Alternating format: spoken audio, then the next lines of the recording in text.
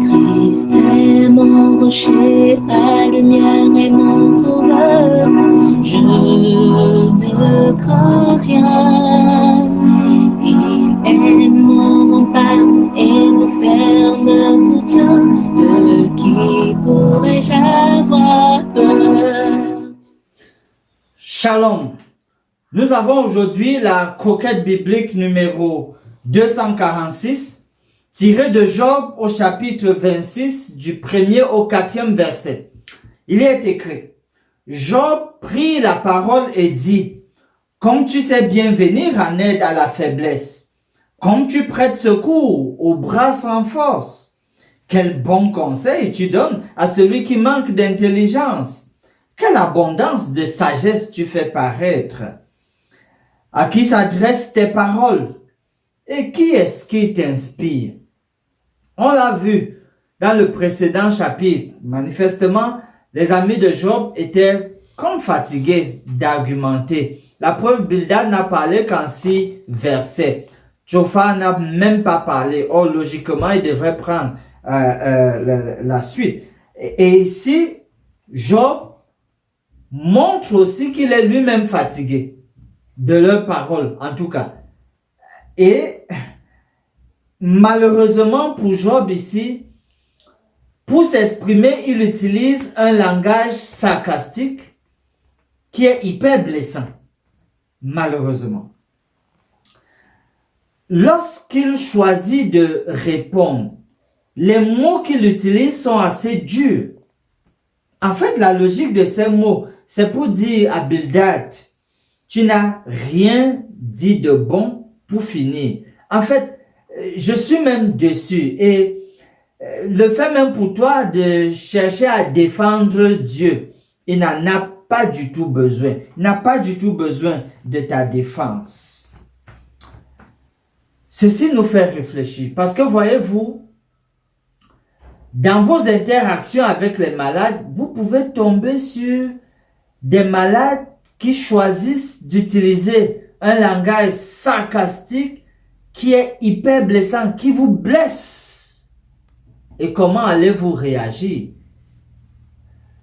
Il ne faudrait jamais qu'il arrive que parmi les réactions, qu'il soit question de violenter physiquement le malade.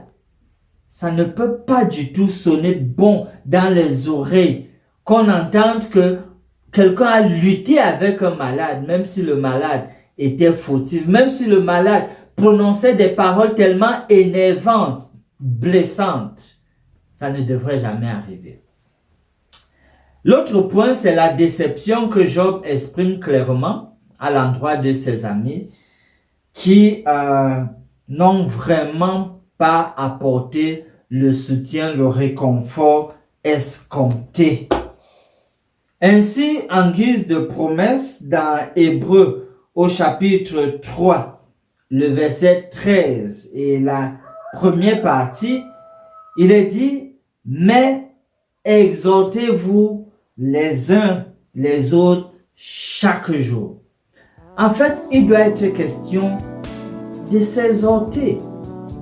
Vous trouvez votre personne dans une situation difficile, vous l'exhortez, d'autres versions parlent de l'encourager. Vous encouragez la personne.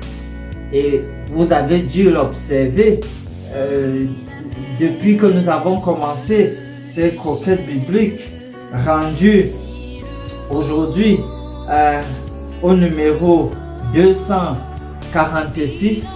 Chaque fois, il est question de vous encourager.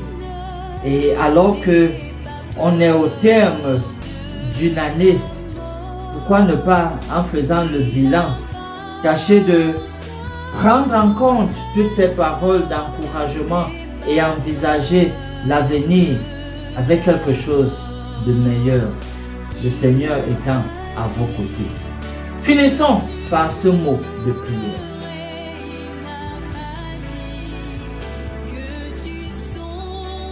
Père Céleste, nous bénissons ton saint nom. Nous apprécions ta promesse à toujours être avec nous. Nous voulons suivre cet exemple à l'égard de nos bien-aimés qui sont malades.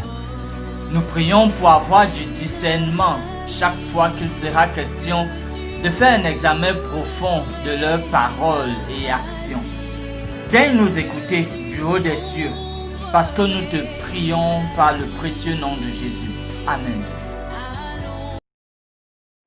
Mon âme espère en l'Éternel, mon âme espère en l'Éternel, qu'un chant s'élève au Dieu du ciel, qu'un chant s'élève au Dieu du ciel.